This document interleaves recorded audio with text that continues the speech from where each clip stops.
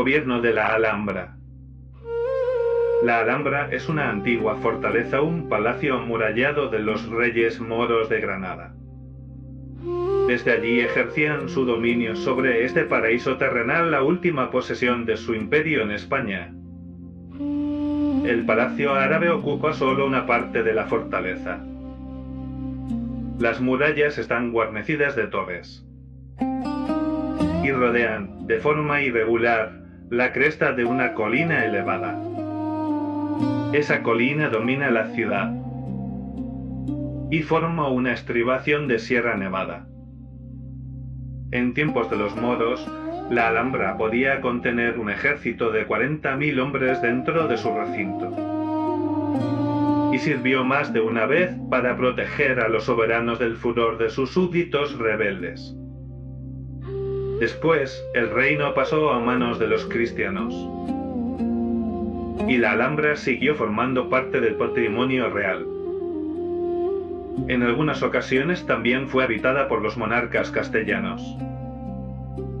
El emperador Carlos V mandó edificar un suntuoso palacio dentro de sus murallas.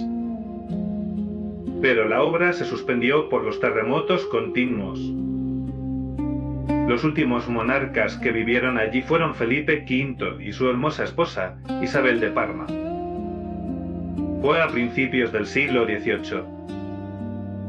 Se hicieron grandes preparativos para su recepción. El palacio y los jardines sufrieron una reforma notable. También se añadieron habitaciones nuevas. Esas estancias fueron decoradas por artistas traídos de Italia. Pero la permanencia de aquellos soberanos fue breve. Y después de su partida, el palacio volvió a quedar abandonado. Desde entonces, el recinto fue ocupado por fuerzas militares. El gobernador de la Alhambra quedó bajo la dependencia directa de la corona. Y su jurisdicción se extendía hasta los arrabales de la ciudad. Su autoridad era totalmente independiente de la del capitán general de Granada. Dentro de la Alhambra se alojaba una guarnición respetable. El gobernador tenía sus habitaciones frente al viejo Palacio Morisco. Y nunca bajaba a Granada sin escolta militar. En resumen, la fortaleza era una pequeña ciudadela independiente. Tenía calles y casas dentro de sus muros. Y además contaba con un convento de franciscanos y una iglesia parroquial. La retirada de la corte fue, en verdad, un golpe fatal para la Alhambra. Sus bellísimos salones se desmantelaron. Algunos quedaron en ruinas. Los jardines se destruyeron. Y las fuentes dejaron de correr. Poco a poco, las viviendas empezaron a ser ocupadas por gente de mala reputación. Llegaron contrabandistas. Se aprovechaban de la jurisdicción especial para mover un tráfico atrevido y lucrativo. También llegaron ladrones y tunantes de toda clase. Hicieron de la Alhambra su guarida y su refugio. Desde allí podían merodear por Granada y sus alrededores a cualquier hora. Al final intervino el gobierno. Y actuó con energía. Primero expulsó a aquella gente. Después solo se permitió vivir allí a quien demostrara ser persona honrada. Y además a quien tuviera motivos justos para habitar en el recinto. Se demolió la mayor parte de las casas. Solo quedaron en pie unas pocas. Y también permanecieron la iglesia parroquial y el convento de San Francisco. Durante las últimas guerras de España, Granada estuvo en poder de los franceses. En ese tiempo la Alhambra quedó ocupada por sus tropas. Y el general francés se alojó provisionalmente en el palacio. Los franceses preservaron el monumento de la ruina que lo amenazaba. repararon los tejados, protegieron salones y galerías de los temporales, cultivaron los jardines y restauraron las cañerías. También hicieron volver el agua a las fuentes y levantaron vistosos juegos de agua. Por eso, España debería agradecer a aquellos invasores que conservaran el más bello e interesante de sus monumentos históricos. Cuando los franceses se retiraron, volaron algunas torres de la muralla exterior y dejaron las fortificaciones casi en ruinas. Desde entonces, la fortaleza perdió su importancia militar. Hoy la guarnición se reduce a unos pocos soldados inválidos.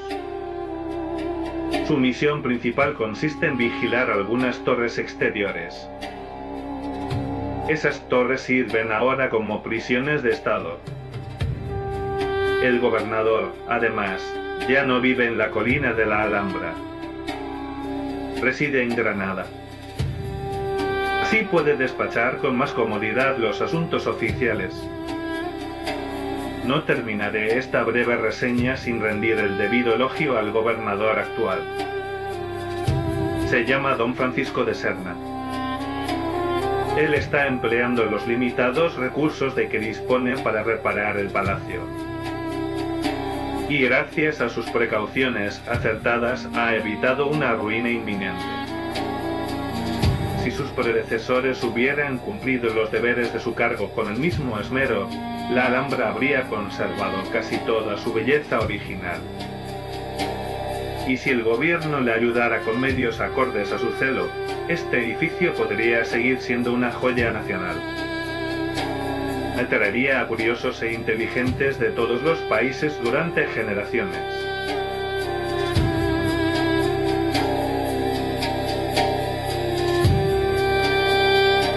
Interior de la Alhambra.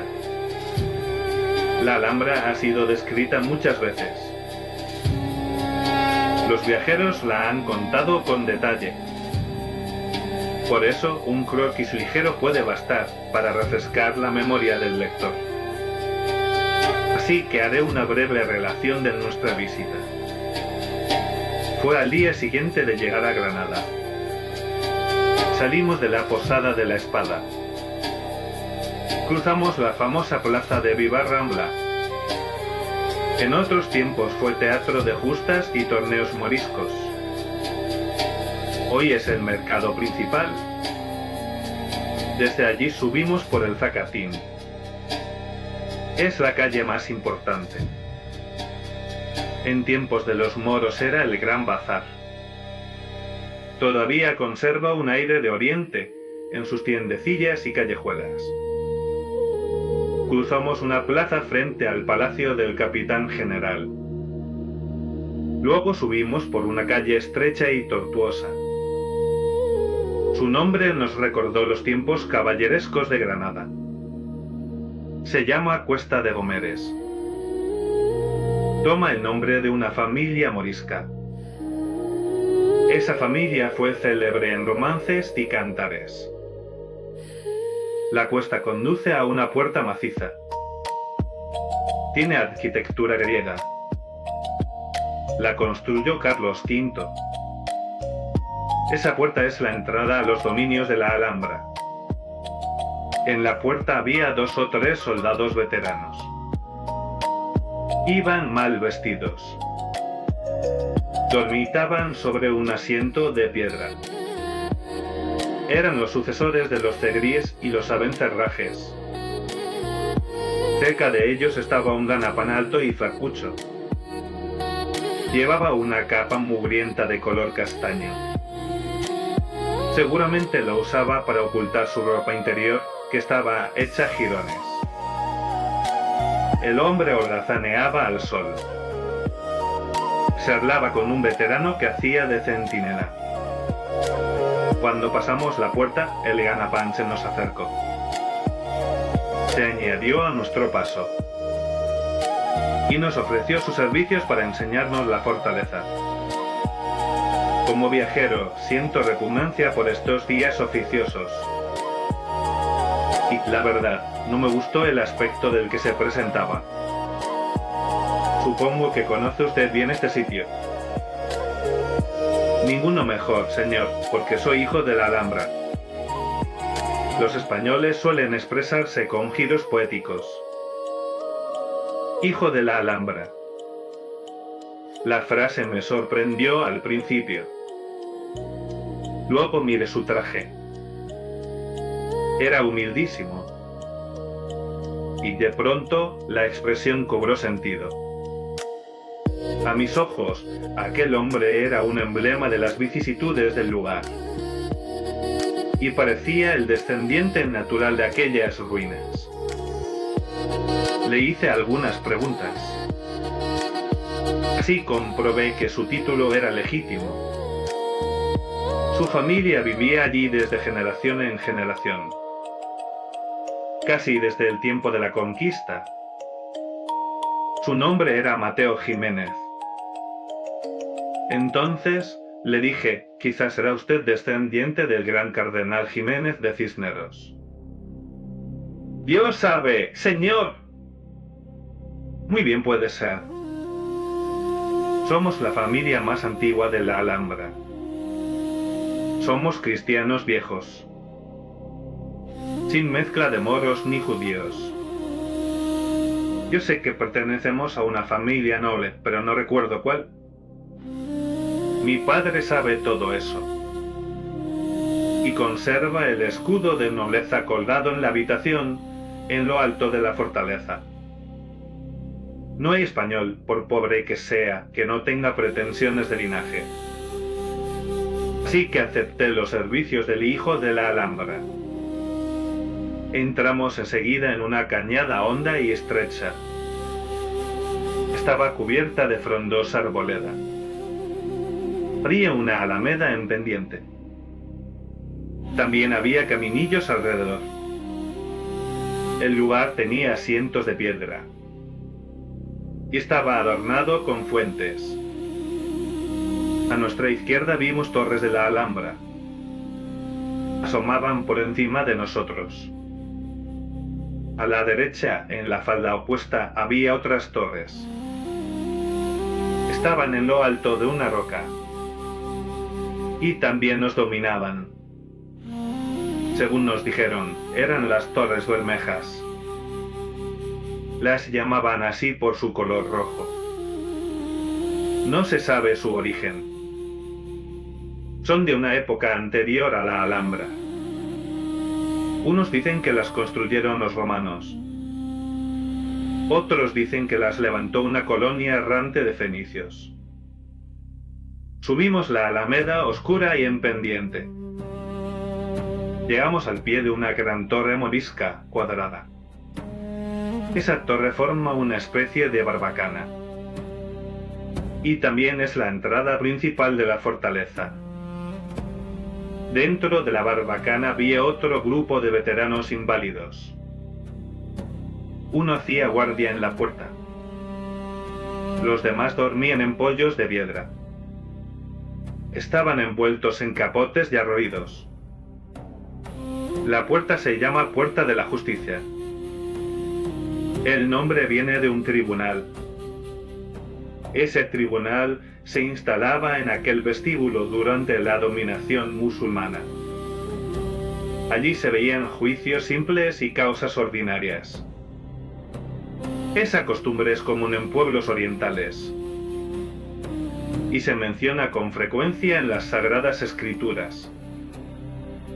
El vestíbulo de entrada es un gran porche. Está formado por un arco árabe inmenso. Tiene forma de herradura. Se eleva a más de la mitad de la altura de la torre. En la clave del arco hay grabada una mano gigantesca. Dentro del vestíbulo, en el portal, hay esculpida una llave desmesurada.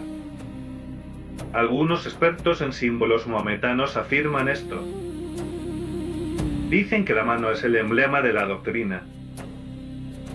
Y dicen que la llave es el emblema de la fe.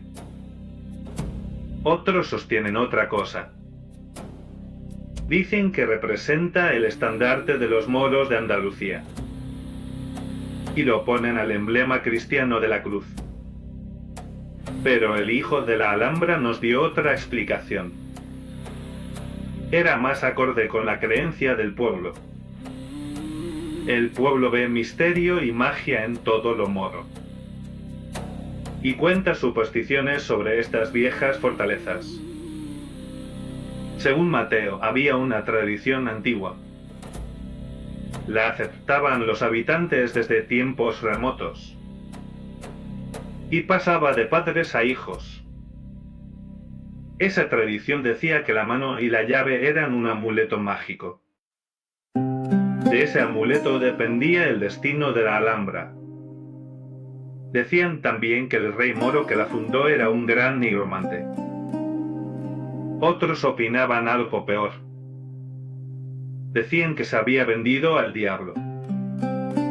Según esa idea, el rey levantó la fortaleza por arte mágico.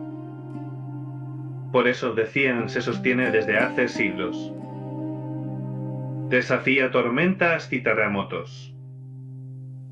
Mientras tanto, casi todos los otros edificios moriscos se han derrumbado y han desaparecido. La tradición añadía un final.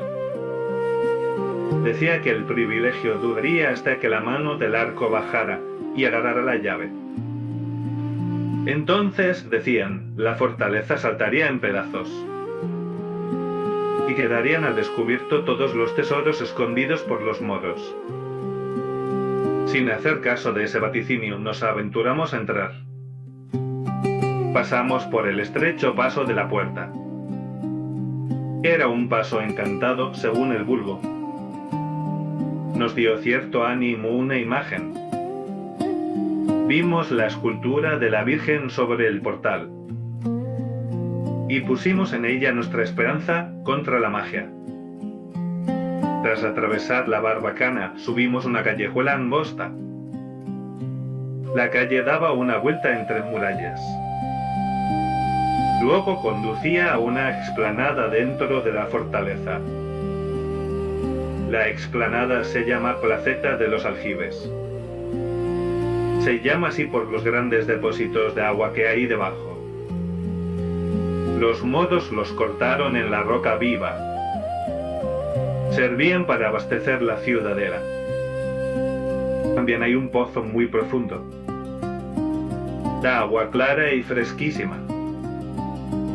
Es otro testimonio del gusto delicado de los moros. Ellos fueron incansables en su empeño por obtener este elemento con pureza cristalina. Frente a la explanada está el palacio suntuoso que comenzó Carlos V. Según se dice, estaba destinado a eclipsar la residencia de los reyes moros. Aun con su grandeza y mérito arquitectónico, nos pareció una intrusión orgullosa. Pasamos por delante de él. Entramos en un portal sencillo y severo. Ese portal conduce al interior del palacio morisco. La transición fue casi mágica. Parecía que nos transportaban a otros tiempos y a otros reinos. Y casi creímos estar presenciando escenas de la historia árabe. Llegamos a un gran patio embaldosado de mármol. En cada extremo había peristilos moriscos ligeros y elegantes. Se llama patio de la alberca. En el centro hay un estanque extenso. Mide 130 pies de largo y 30 de ancho. Está poblado de pececillos dorados. Y lo adornan vallados de rosas. Al otro lado del patio se eleva la gran torre de Comares. Por el costado de enfrente entramos en otro patio. Nos condujo un arco morisco. Era el famoso patio de los leones. No hay un sitio del edificio que dé una idea más completa de su belleza. Allí se siente su magnificencia original. Y se siente con claridad, porque ese patio ha sufrido menos el desgaste del tiempo, En el centro está la fuente celebrada en cantares y historias. La taza de alabastro derrama gotas como si fueran diamantes. 12 leones sostienen la fuente, y de sus bocas salen caños cristalinos. El agua corre como en tiempos de vodevil. El patio está tapizado por un lecho de vegetación, y está rodeado de arcadas árabes aéreas y delicadas. Los calados son finísimos. Las columnas son esbeltas, y el mármol es blanco. Toda la arquitectura del palacio sigue esa misma idea. Busca la elegancia más que el tamaño. Muestra un gusto delicado y gracioso. Y sugiere una predisposición a voces indolentes. Cuando uno mira a través de la tracería de los peristilos, cuesta creer lo que ve. Las paredes parecen festones frágiles. Parecen de papel, y sin embargo sobreviven. Han sobrevivido siglos de destrucción. Han resistido terremotos. Han soportado guerras. Y también han sufrido saqueos pacíficos pero dañinos del viajero entusiasta. Todo eso basta para disculpar una tradición popular. La gente cree que el lugar está protegido por un encantamiento mágico. A un lado del patio hay un pórtico ricamente adornado. Desde allí se entra en un salón hermoso. El suelo es de mármol blanco. Se llama la Sala de las Dos Hermanas. Una cúpula, otra a la luz, deja pasar la luz desde arriba. La claridad es moderada. Y también entra una corriente de aire fresca. La parte baja de las paredes está decorada con azulejos morunos. En algunos se ven escudos de monarcas moros. La parte superior está cubierta de estucos delicados. Dicen que este arte se inventó en Damasco. Son grandes placas vaciadas en molde. Luego se unen con maña. Así parecen modeladas a mano, en relieve. Entre esos estucos hay arabescos elegantes. También hay textos del Corán. Y hay inscripciones poéticas en caracteres árabes y cúficos. Los adornos de paredes y cúpulas están ricamente dorados. Los huecos entre ellos están pintados con lapislázuli. Y también con otros colores brillantes y persistentes. A cada lado de la sala hay departamentos. Eran para otomanas y lechos. Y encima de un pórtico interior hay un balcón. Ese balcón comunica con el departamento de las mujeres. Todavía existen las celosías. Desde allí las beldades del harén podían mirar sin ser vistas. Miraban los festines en la sala de abajo. Es imposible contemplar este lugar sin sentir el eco de la historia árabe. Esta sala fue mansión favorita de placeres orientales. Y aún parece viva. Casi uno espera ver un brazo blanco. El brazo de una princesa misteriosa, haciendo señas desde el balcón. O espera ver ojos negros brillando detrás de la celosía. La morada de la belleza está allí. Parece habitada hace poco. Pero una pregunta se impone. ¿Dónde están las zorrillas y las lindarajas? En el lado opuesto del patio de los leones está la sala de los abencerrajes. Se llama así por los caballeros de ese linaje. Según la historia, fueron asesinados allí con perfidia. Algunos dudan de que el relato sea del todo verdadero. Pero nuestro guía Mateo nos señaló detalles precisos. nos mostró el postigo de la puerta. Dicen que por allí los introdujeron, uno a uno. Nos mostró también la fuente de mármol blanco en el centro. Dicen que allí los degollaron. Luego nos enseñó manchas rojizas en el pavimento. Parecían señales de sangre. Según la tradición popular, nunca se borrarán. Mateo vio que lo escuchábamos con credulidad. Entonces añadió algo más. Dijo que, durante la noche, se oye a menudo un ruido débil en el patio de los leones. Es un rumor confuso. Parece murmullo de gente. Dijo también que, a veces, se oye un sonido estridente. Suena como un rechinar lejano de cadenas. Ese rumor tiene una explicación sencilla.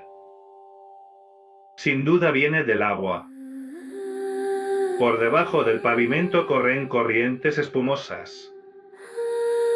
Y el agua cae con fuerza para surtir las fuentes. Pero, según la leyenda del hijo de la Alhambra, no era solo agua.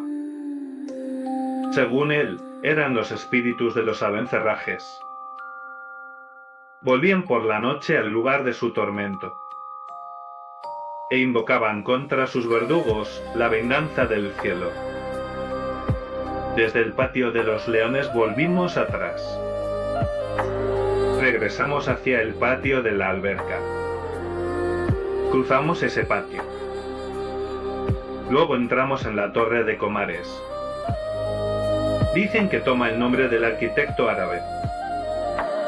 La torre es maciza. Tiene inmensa elevación. Sobresale del resto del edificio. Domina el precipicio del lado de la colina. Esa ladera desciende de forma agreste hasta el cauce del Darro. Un arco morisco da entrada al gran salón interior. Es un salón vasto y elevado. Ocupa el corazón de la torre.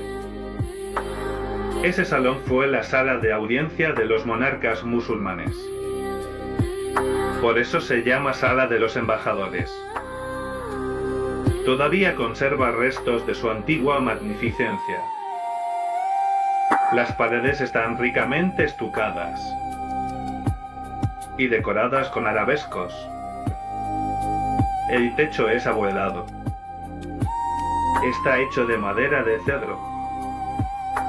El techo se ve confuso por la oscuridad.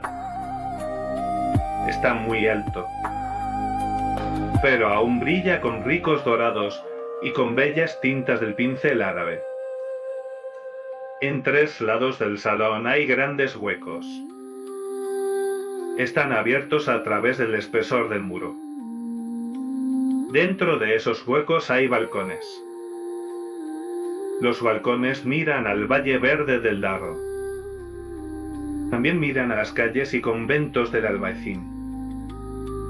Y dominan a lo lejos el panorama de la Vega. Mencionaré brevemente otros departamentos deliciosos. Está el tocador de la reina. Es un mirador en lo alto de una torre. Allí las sultanas moriscas gozaban el aire puro de las montañas y contemplaban el paraíso que se extiende alrededor. Está también el jardín del Indaraja. Es un patio pequeño y apartado. Tiene una fuente de alabastro y tiene rosales y mirtos. También naranjos y limoneros. Y están los baños. Son salones y bóvedas frescas. En su interior, la luz del día se suaviza. Los colores se atenúan. Y todo queda envuelto en una claridad misteriosa y fresca. No insistiré más en esas estancias. Mi propósito es otro.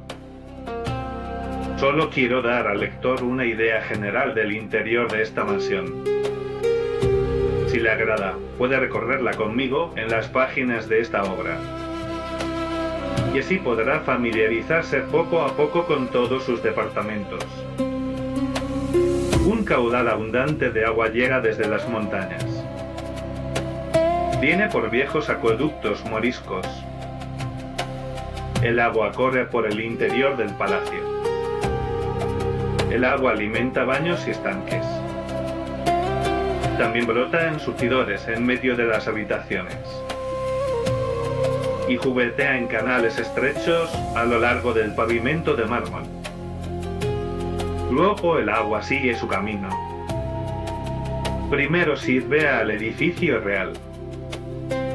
Después riega jardines y parterres. Más tarde se desliza por la extensa alameda. Y el final se precipita hacia la ciudad. A veces corre en arroyuelos. Otras veces se abre en fuentes. Esas fuentes mantienen en verdor perpetuo los bosques. Bosques que cubren y embellecen toda la colina de la Alhambra. Solo quien vive en los climas ardientes del sur puede apreciar estas delicias. Aquí se combinan brisas apacibles de montaña con frescura y verdor de valle. Abajo, en la ciudad, el calor del mediodía molesta. Y en la vega seca la vista se confunde. Todo tiembla como si el aire ardiera. Pero dentro de estos salones circula el aire fino de Sierra Nevada. Ese aire entra suavemente y arrastra consigo el aroma de los jardines cercanos. A cada instante el clima meridional invita al reposo. Los ojos se entornan casi sin querer. Desde los balcones umbrosos, la vista se recrea en el paisaje brillante. Y el oído también descansa. Lo acaricia el susurro de las hojas. Y lo mece el murmullo de las cascadas.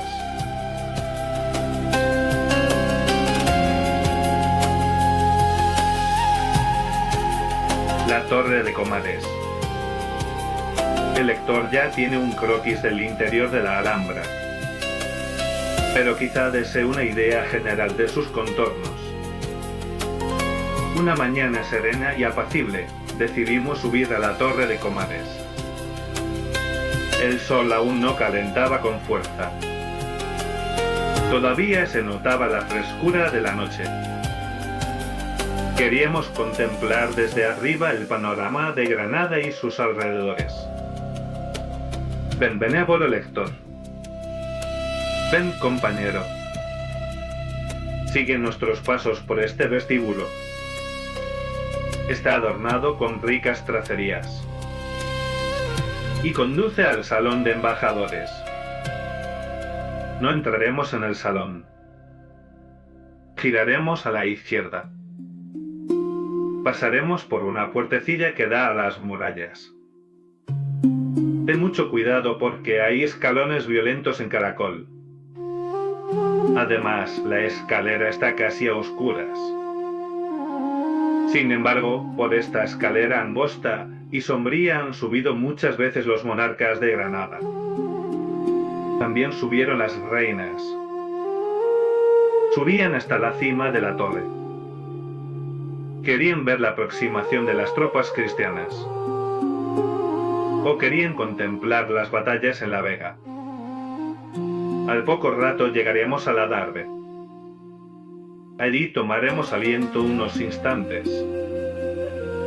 Después, contemplaremos el espléndido panorama de la ciudad y de sus alrededores. Por un lado verás rocas ásperas. Verás valles verdes. Y verás llanuras fértiles. Por el otro lado verás castillos. Verás la catedral. Y verás torres moriscas. También verás cúpulas góticas. Verás ruinas desmoronadas. Y verás frondosas alamedas. Aproximémonos al muro. Inclinemos la vista hacia abajo. Mira. Desde aquí se ve el plano entero de la Alhambra. También se ven, abiertos ante nuestros ojos, sus patios y jardines. Al pie de la torre está el patio de la alberca. Allí está el gran estanque o vivero. El estanque está rodeado de flores. Un poco más allá se ve el patio de los leones. Allí está la fuente famosa. También están sus arcos moriscos claros y transparentes. En el centro del alcázar se distingue el jardín de Lindaraja. Es pequeño. Está escondido dentro del edificio. Está poblado de rosales y limoneros. Todo brilla con verde de esmeralda. Esa línea de muralla salpicada de torres cuadradas marca el límite exterior de la fortaleza. Las torres están construidas alrededor. Están en la misma cima de la colina. Como verás, algunas torres ya están en ruinas. Entre los fragmentos desmoronados han echado raíces cepas. También han arraigado higueras. Y han crecido álamos blancos. Miremos ahora hacia el lado norte de la torre. Se abre una cima vertiginosa. Los cimientos se elevan entre arbustos. Los arbustos cubren la falda escarpada de la colina. Fíjate en esa larga hendidura del murallón. Esa grieta indica algo. Indica que la torre fue cuarteada por algún terremoto. Los terremotos visitan Granada de vez en cuando. Y tarde o temprano, reducirán este viejo alcázar a un montón de ruinas. Debajo de nosotros se extiende un valle profundo y angosto. Ese valle se abre paso poco a poco entre montañas. Es el Valle del Darro. Mira el río. Es manso. Se desliza bajo puentes abovedados. Pasa entre huertos y cármenes floridos. Este río es famoso desde antiguo. Lo es por sus arenas auríferas. De esas arenas extrae oro, a veces por lavado. Algunos cármenes blancos lucen aquí y allá. Se ven entre árboles y viñedos. Eran retiros campestres de los moros. Allí iban a disfrutar del fresco en sus jardines. Mira aquel alcázar aéreo. Tiene torres esbeltas y elevadas. Tiene largas arcadas en lo alto de la montaña. Todo aparece entre árboles frondosos y jardines vistosos. Ese lugar es el Generalife.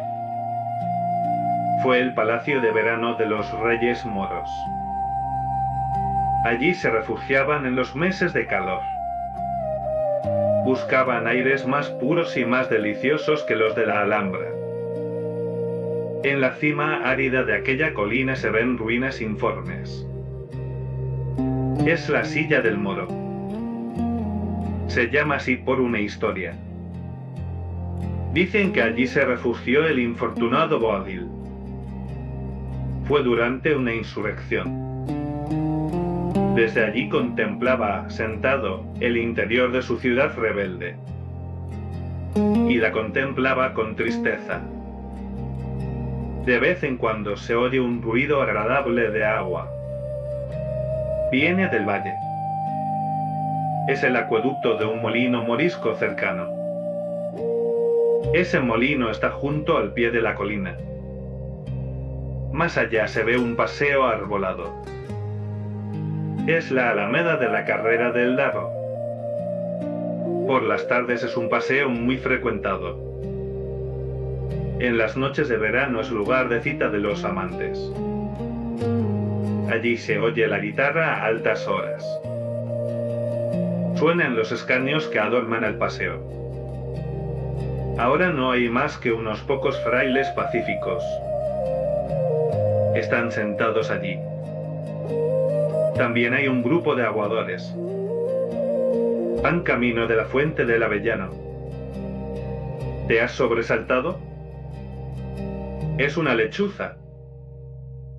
La hemos espantado de su nido. Esta torre antigua es un criadero abundante de aves errantes. Las golondrinas anidan en las grietas.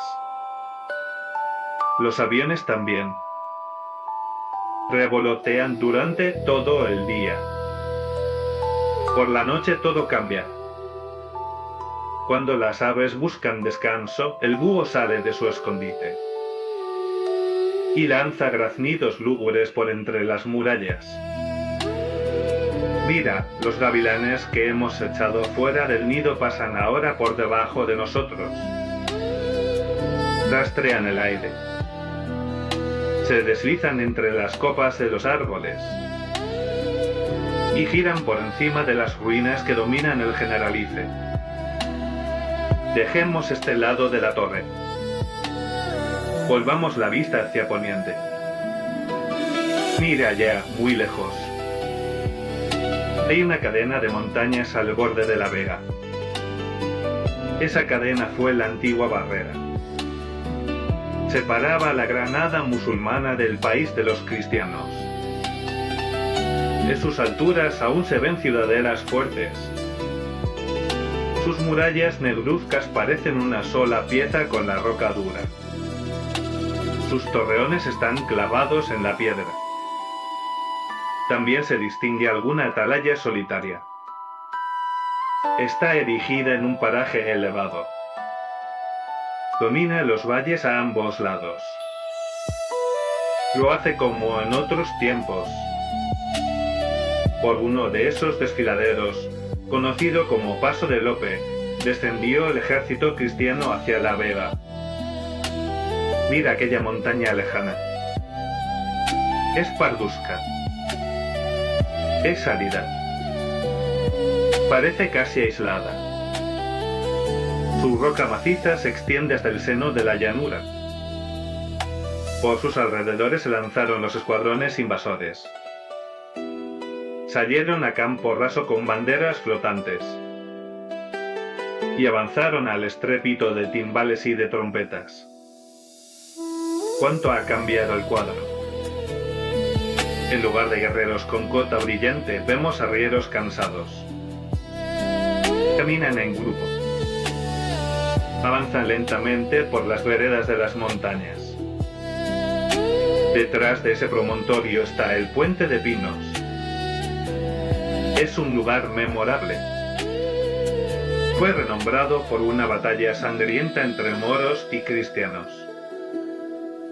Y es todavía más famoso por otra escena. Allí fue alcanzado Colón. Allí lo llamó un emisario de la reina Isabel. El navegante ya partía desesperado. Iba a anunciar su proyecto a la corte de Francia. Y lo detuvieron en el último instante. Mira ahora a otro lugar célebre. ¿Ves esa línea de murallas y torreones? Está iluminada por el sol naciente. Está en el centro de la Vega. Es la ciudad de Santa Fe. Santa Fe fue fundada por los reyes católicos. La fundaron durante el sitio de Granada. La fundaron después de un incendio. Ese incendio devoró su campamento. Ese fue el mismo real donde llamaron a Colón. Lo llamó la princesa. Y allí se cerró el tratado. Ese tratado dio lugar al descubrimiento del Nuevo Mundo. Por este lado, hacia el sur, la vista se extasia con la Vega. Es una abundancia exuberante de arboledas y jardines. También hay innumerables huertas. Por ellas se extiende el Genil. Se estira como una cinta de plata. El río crece con muchos arroyos. Esos arroyos van encauzados en viejas acequias moriscas. Y esas acequias mantienen la campiña en verdor perpetuo. En otra parte se ven bosques placenteros. También se ven cármenes y casas de campo. Por esos lugares lucharon los moros con valor desesperado. Y por último se ven alquerías y casitas. Hoy están habitadas por campesinos. En muchas aún se conservan vestigios de arabescos. Y se ven otros adornos delicados. Todo eso muestra algo claro. Muestra que fueron moradas suntuosas y elegantes. Más allá de la llanura fértil, mire hacia el sur. Verás una cadena de cerros áridos. Por esas lomas marcha una recua de mulos. Avanza lentamente y con nobleza. En lo alto de una de esas colinas, Boabdil miró por última vez a Granada. Lanzó un profundo ¡ay! Desde su alma dolorida. Ese lugar es famoso.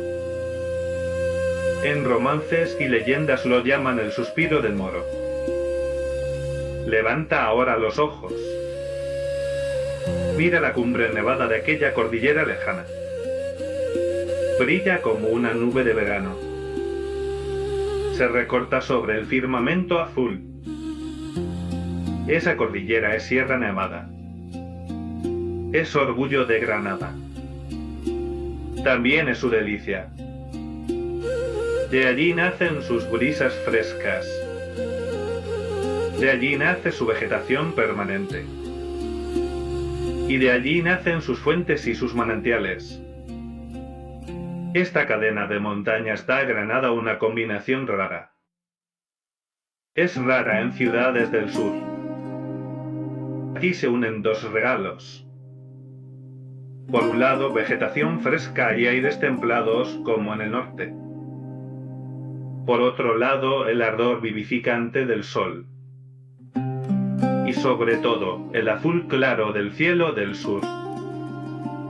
Sierra Nevada es un tesoro de nieve. En verano la nieve se derrite poco a poco.